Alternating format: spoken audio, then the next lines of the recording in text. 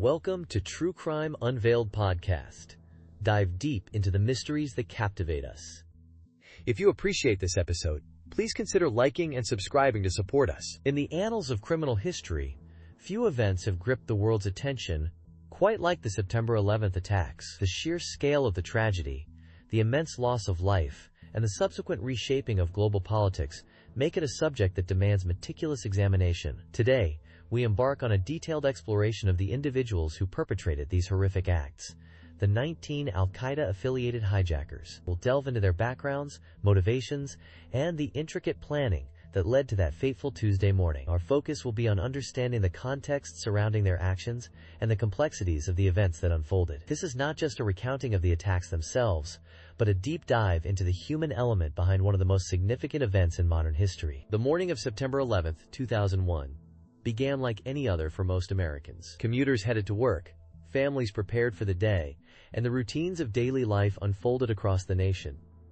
Yet, within a few short hours, this normalcy would be shattered. 4 commercial airliners, each loaded with passengers and crew, became weapons of mass destruction. American Airlines Flight 11, United Airlines Flight 175, American Airlines Flight 77, and United Airlines Flight 93.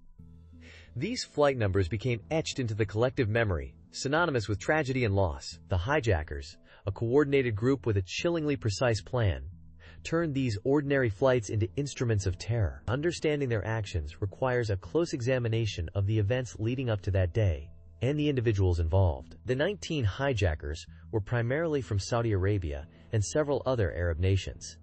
They were divided into 4 teams, each assigned to a specific flight. Within each team, a pilot, trained to handle commercial aircraft, took control of the plane. The remaining members, designated as muscle hijackers, were tasked with subduing passengers and crew. Reports suggest that the hijackers underwent extensive training in Afghanistan, where they honed their piloting skills and learned hand-to-hand combat techniques. Their meticulous planning and coordination are evident in the synchronized nature of the attacks, indicating a high degree of preparation and discipline. Examining the backgrounds and profiles of these individuals is crucial to understanding their motivations and the organizational structure that facilitated such a complex operation. Before the shattering events of that Tuesday morning, the lives of those on board the flights, those working in the Twin Towers and the Pentagon, and those living in the surrounding communities unfolded with a rhythm of normalcy. Imagine a crisp, late summer morning in New York City. The sun glinted off the skyscrapers, street vendors set up their carts, the aroma of coffee and bagels filled the air.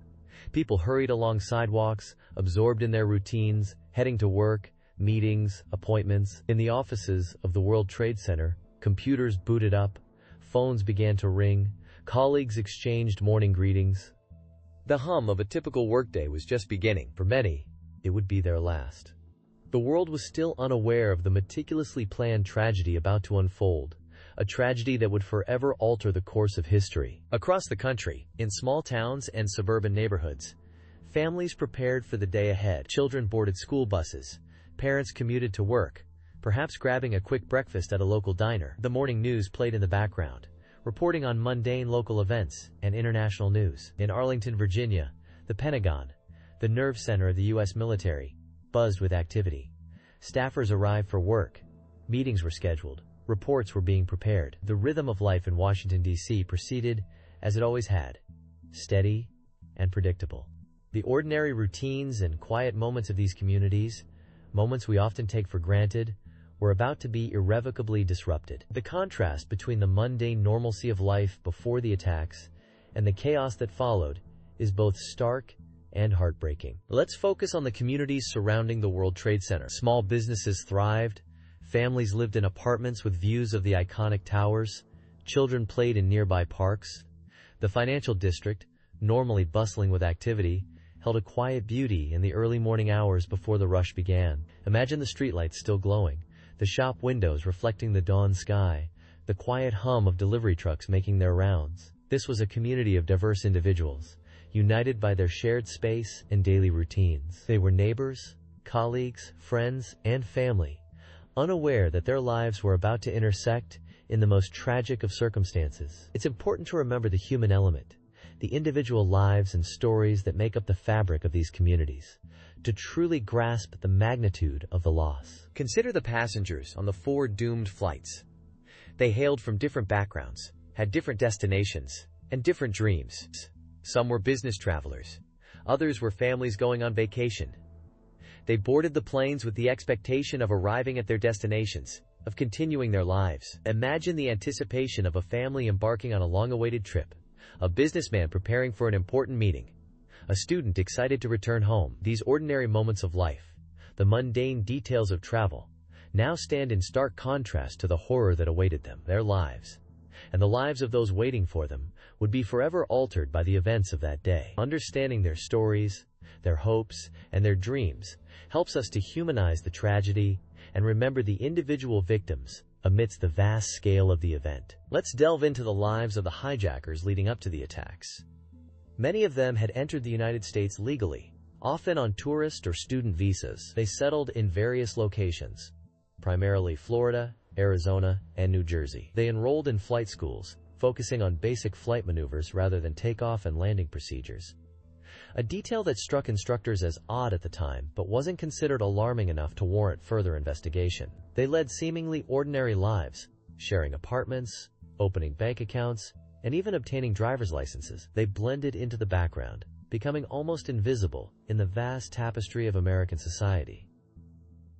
This apparent normalcy makes their subsequent actions all the more jarring. It raises questions about how such meticulous planning and profound hatred could go undetected, masked by the mundane routines of everyday life. Indeed, their ability to assimilate is a chilling aspect of this story. Consider Mohammed Atta, believed to be the ringleader. He resided in Venice, Florida, and attended flight school. Witnesses recall him as quiet and reserved, sometimes appearing aloof. He frequented local businesses, dined at restaurants, and even interacted with neighbors. Nothing in his outward demeanor suggested the radicalization he harbored within. He maintained contact with other members of the plot, coordinating their movements and activities through phone calls, emails, and face-to-face meetings. This combination of meticulous planning and a seemingly normal existence allowed them to operate under the radar, making their eventual attack all the more devastating. It underscores the challenges of identifying individuals who may be harboring extremist ideologies, especially when they deliberately blend into ordinary society. What's particularly unsettling is the contrast between the mundane details of their daily lives and the enormity of their planned attack. They went about their routines, grocery shopping, going to the gym, renting cars, all while harboring a devastating secret. They visited tourist attractions, seemingly enjoying the very freedoms they intended to destroy. This duality is perhaps the most disturbing element of the entire narrative. Imagine them standing in line at a coffee shop, discussing flight maneuvers or target selection, all while appearing like ordinary patrons. The juxtaposition of the ordinary and the extraordinary is what makes this story so deeply unsettling. Absolutely. There's a chilling normalcy in the documented sightings of the hijackers in the days leading up to 9/11. They were seen at bars, casinos, and fast food restaurants. Some even engaged in seemingly trivial disputes with store clerks or hotel staff.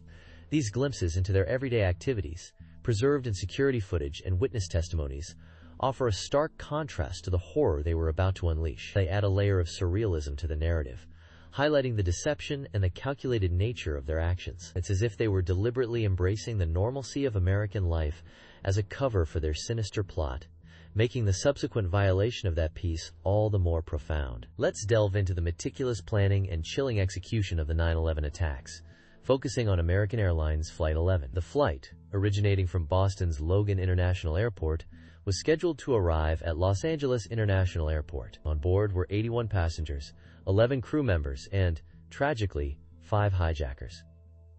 Among them were Mohammed Atta, believed to be the ringleader, and Abdulaziz Al-Omari. These individuals had undergone flight training in the United States, a detail that continues to raise questions about security gaps and potential missed warning signs. At approximately 7:59 a.m., Flight 11 departed, setting in motion a chain of events that would forever alter the course of history. Just 15 minutes later, the hijacking began, marking the commencement of an unimaginable national tragedy. The hijacking of Flight 11 was swift and brutal. Armed with box cutters and mace, the hijackers stormed the cockpit, overpowering the pilots, John Oganowski and Thomas McGinnis. Passenger accounts, relayed through frantic phone calls to loved ones and air traffic control, painted a horrifying picture of the chaos unfolding on board. Betty Ong, a flight attendant, made a crucial call to American Airlines reservations, providing vital information about the hijackers' seat numbers and the unfolding situation. These calls, though deeply disturbing, offer invaluable insights into the timeline of events and the hijackers' actions. The hijackers' methodical approach suggests a level of premeditation and training, further deepening the complexity of this horrific event. At 8:24 a.m., a chilling transmission, believed to be from Mohammed Atta, was mistakenly sent to air traffic control instead of the intended passengers. The message: "We have some planes. Just stay quiet and you'll be okay.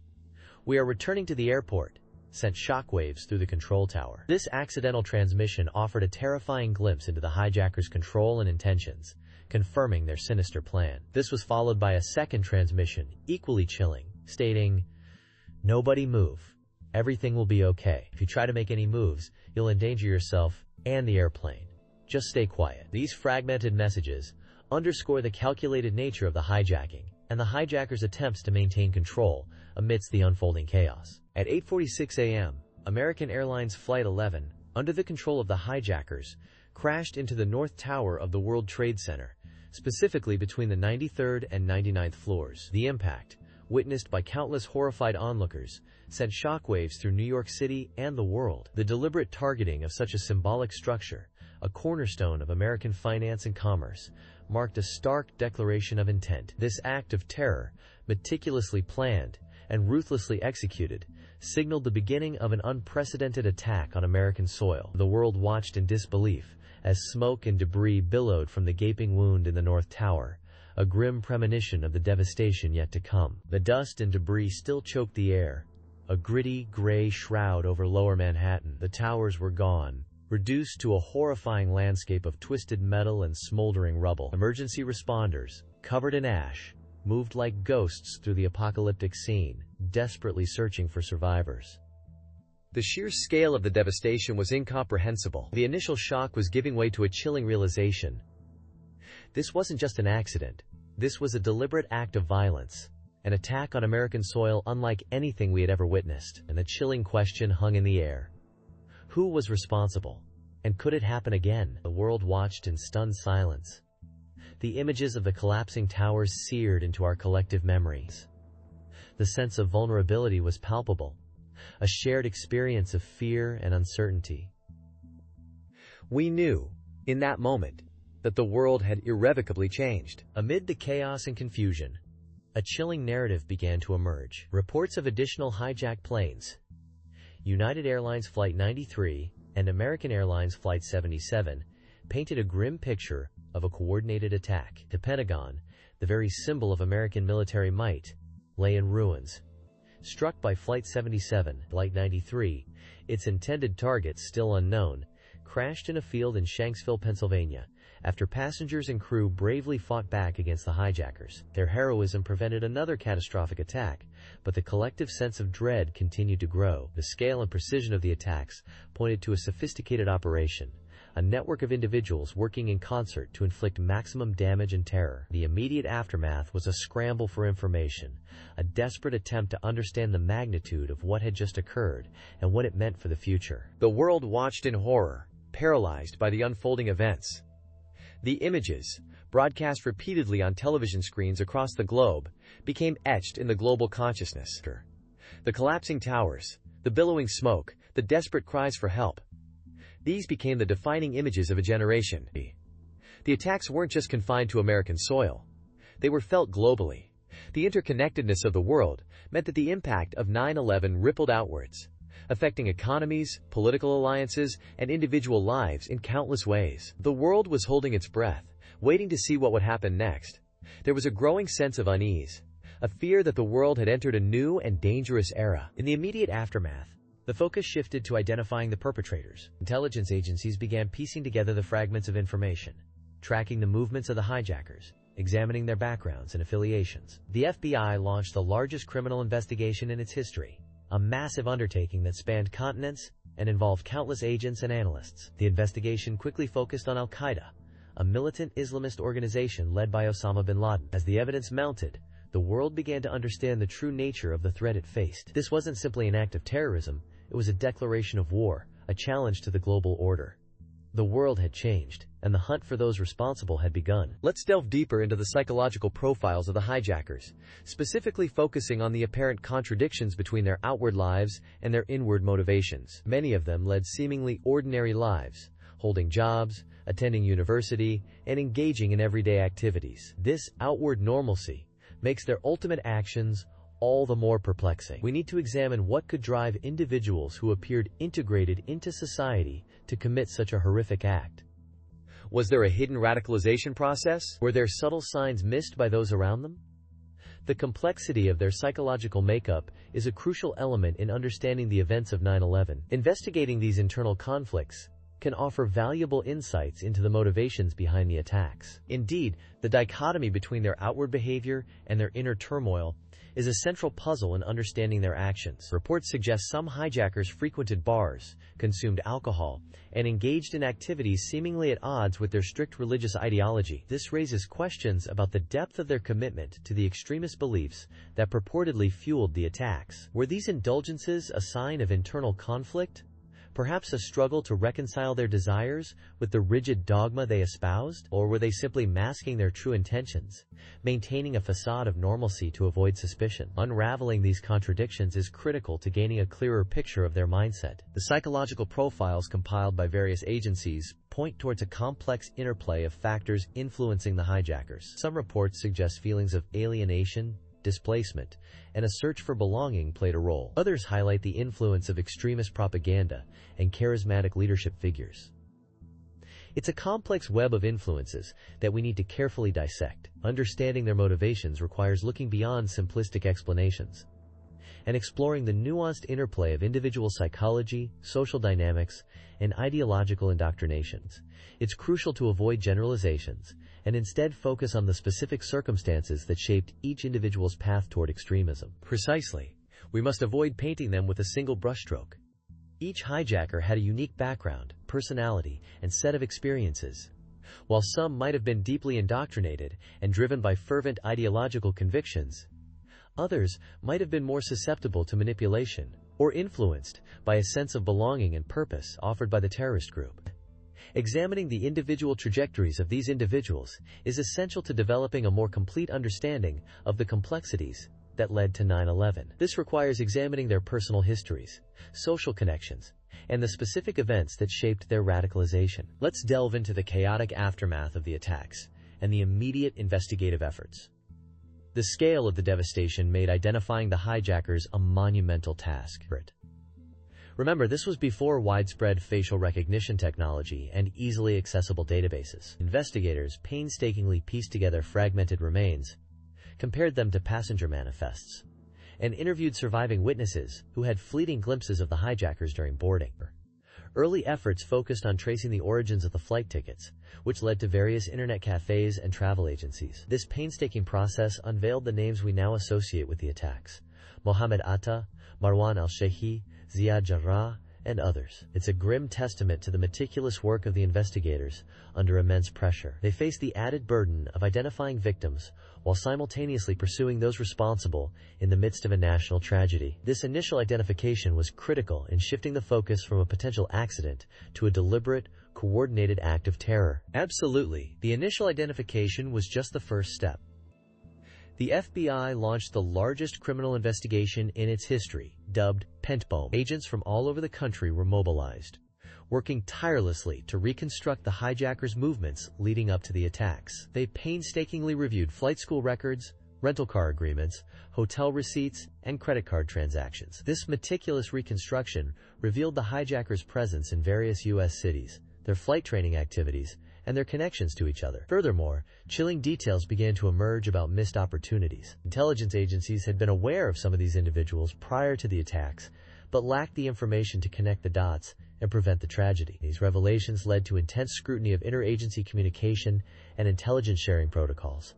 The realization that the attacks could have potentially been prevented added another layer of complexity to the investigation and fueled public outrage. Adding to the complexity were taunting communications that began to surface in the weeks following the attacks. Al-Qaeda, under the leadership of Osama bin Laden, claimed responsibility, releasing videotapes and audio messages that both glorified the attacks and threatened further violence. These messages were analyzed meticulously for clues about their future plans and the network supporting them. The pronouncements further inflamed public sentiment and intensified the global manhunt for bin Laden and other key figures within Al-Qaeda. The psychological impact of these taunts cannot be overstated. They created a pervasive sense of fear and uncertainty, reminding the world of the ongoing threat. It highlighted the asymmetrical nature of the conflict, where a relatively small group could inflict such devastating damage and maintain a global network, effectively hiding in plain sight. Amidst the grim reality of the attacks and the looming threat of further violence, there were also moments of false hope. Reports of potential survivors trapped in the rubble of the World Trade Center emerged, offering a glimmer of light in the darkness. Rescue teams worked tirelessly, hoping against hope to find someone alive. Unfortunately, these reports often proved unfounded, adding to the collective grief and sense of loss. These false leads, while understandable given the chaotic circumstances, underscore the desperate need for good news in times of tragedy. They remind us of the human tendency to cling to hope, even in the face of overwhelming devastation. This collective experience of hope and disappointment added another dimension to the emotional toll of 9/11. The scale of loss on 9/11 is almost incomprehensible. Nearly 3,000 lives were extinguished in a matter of hours. Beyond the immediate victims, the emotional toll rippled outwards, engulfing families, friends, and entire communities. The sudden, violent nature of the attacks left an enduring trauma. Children lost parents, spouses became widows and widowers, and parents had to bury their children. The very fabric of their lives was torn apart, leaving an emptiness that could never truly be filled. We need to understand that the trauma wasn't confined to just those directly connected to the victims. The constant news coverage, the images of the collapsing towers, the sheer magnitude of the event, it created a collective trauma, a shared sense of vulnerability and fear that permeated society. This was a moment where the world as we knew it changed irrevocably. Absolutely. The aftershocks of 9/11 were profound and long-lasting. Many families struggled with the agonizing process of identifying remains, often having to rely on DNA evidence due to the catastrophic nature of the attacks. This prolonged the grieving process, delaying closure and amplifying the pain. The public memorials and funerals, while offering some solace, also served as constant reminders of the immense loss. The collective grief was palpable, a heavy cloud hanging over the nation. And it wasn't just grief, it was a sense of profound unease, a realization that the world was no longer as safe and predictable as it once seemed. Furthermore, the attacks led to a surge in cases of post-traumatic stress disorder, anxiety, and depression, not just among survivors and first responders, but also among members of the general public. The constant fear of another attack, the heightened security measures, the pervasive media coverage, these factors contributed to a climate of anxiety that lingered for years. The impact on the mental health of the nation cannot be overstated. It's a hidden wound, a silent epidemic of emotional suffering that continues to affect individuals and communities to this day. The sense of community in the immediate aftermath was remarkable. People came together to support one another, offering comfort, assistance, and a shared sense of resilience. However, beneath the surface, many individuals struggled silently, bearing the weight of their trauma and grief. The long-term psychological consequences of 9/11 are a testament to the devastating impact of terrorism, not just on individuals, but on the collective psyche of a nation. It highlighted the profound vulnerability of civilian populations and underscored the enduring power of trauma to shape individual lives and societal landscapes. Let's delve into the unraveling of this intricate plot. Investigators, facing immense pressure, began meticulously piecing together fragments of information. Credit card receipts linked to the hijackers surfaced, revealing purchases of flight tickets and flight training sessions. Hotel registrations placed them in various locations across the United States leading up to the attacks. Witness accounts from flight attendants and passengers on earlier flights, though fragmented and incomplete, added to the growing mosaic of evidence. The sheer volume of data was overwhelming, yet within this chaos, a clearer picture began to emerge, pointing definitively towards a coordinated operation. The meticulous examination of recovered flight manifests and the painstaking cross-referencing with immigration records ultimately provided the breakthrough investigators desperately sought. The names, slowly but surely, began to have faces and histories attached to them. Crucially, the investigation wasn't confined to the United States. International cooperation became paramount. German authorities, for instance, discovered that several of the suspected hijackers had resided in Hamburg, attending the Technical University. This led to searches of their former residences and interviews with individuals who had known them. These inquiries revealed a network of connections, highlighting the group's activities and movements in the years leading up to 9/11. The sharing of intelligence between international agencies proved critical in understanding the scope and complexity of the plot, tracing its roots back to training camps in Afghanistan and connections to Al-Qaeda. This collaborative effort was unprecedented in its scale and intensity, reflecting the global impact of the attacks and the determination to bring those responsible to justice, although in this case, justice would be a complicated concept. The identities of the 19 hijackers were gradually revealed to the public. Mohammed Atta, identified as the ringleader of the operation and pilot of American Airlines Flight 11, which struck the North Tower, became a central figure in the narrative. The profiles of the other hijackers began to emerge. Their nationalities, their backgrounds, their movements in the months and years prior to the attacks. The picture painted was one of meticulous planning and unwavering commitment to their deadly mission. While some had entered the United States legally on student or tourist visas, others had employed various methods to circumvent immigration controls. Their stories, pieced together from fragmented evidence, began to form a chilling narrative of radicalization and preparation. The emergent picture painted was not of a spur-of-the-moment act, but 1 year in the making. The information gathered, though revealing, also raised troubling questions. How had such a complex plot been conceived and executed without detections?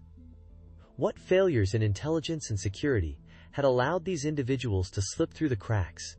These questions became the focus of intense scrutiny and debate in the aftermath of the attacks, and would continue to shape security policies and practices for years to come. Furthermore, the confirmation of Al-Qaeda's involvement solidified the understanding of the attacks as an act of international terrorism, shifting geopolitical landscapes and altering the course of history. It became clear that this was not merely a criminal investigation, but an inquiry into a new kind of warfare, one that demanded new strategies and responses. It's chilling, isn't it? We spent hours dissecting the meticulous planning, the operational failures that allowed it to happen, the sheer scale of the tragedy. We've examined the hijackers' lives in detail, their movements in the months leading up to the attacks, their flight training, their communication, their integration into American society, and yet, a fundamental question remains. How could such meticulously planned evil exist right under our noses, undetected? These weren't phantom figures operating from shadowy caves. They lived among us, learned in our schools, shopped in our stores. They were, in a sense, ghosts in plain sight. Their radicalization, their commitment to mass murder, remained largely hidden. This is perhaps the most disturbing aspect of 9/11. The realization that the greatest threats can sometimes emerge from the most mundane and unexpected places. Absolutely. We discussed the intelligence failures, the missed signals, the lack of interagency communication. These systemic issues undoubtedly played a role. However, beyond the institutional failings, there's a deeper, more unsettling truth. The capacity for evil can reside within seemingly ordinary individuals. We've explored the hijackers' backgrounds, their motivations, their twisted ideology. Yet there's still a gap in our understanding. What triggers such profound hatred? What transforms a person into an agent of such unimaginable destruction? These are questions that continue to haunt us. Questions that extend beyond the specific events of 9/11 and touch upon the very nature of human darkness. Understanding this, confronting this potential for evil, is perhaps the most crucial lesson we can draw from this tragedy. The world changed on that day, not only politically and geographically, but also in our understanding of vulnerability. Before 9/11, the concept of using commercial airliners as weapons of mass destruction was almost unthinkable. It exposed a vulnerability in our interconnected world, a vulnerability that extended beyond physical security to the very fabric of our societies. The hijackers exploited this vulnerability, exploiting the trust and openness that characterized our world. The attacks forced us to confront a disturbing reality. The world is not always as it seems, and even in the most ordinary settings, the potential for extraordinary evil can lurk unseen. And that, perhaps, is the most enduring legacy of 9/11. A chilling reminder of the fragility of peace and the constant need for vigilance. While we've implemented countless security measures since that day, the true challenge lies in recognizing the less tangible threats, the insidious ideologies that can fester beneath the surface of everyday life. How do we identify and address these threats without sacrificing the very freedoms and values we hold dear? This is the question that remains, a question that demands our continued attention, our unwavering vigilance, and perhaps most importantly, our honest self-reflection. Thank you for walking with us through the shadows. The story doesn't end here. It lingers, echoing through time, reminding us that the darkest truths often hide in plain sight. Until next time, stay curious and stay vigilant. This case remains unsolved. Perhaps the truth is still out there.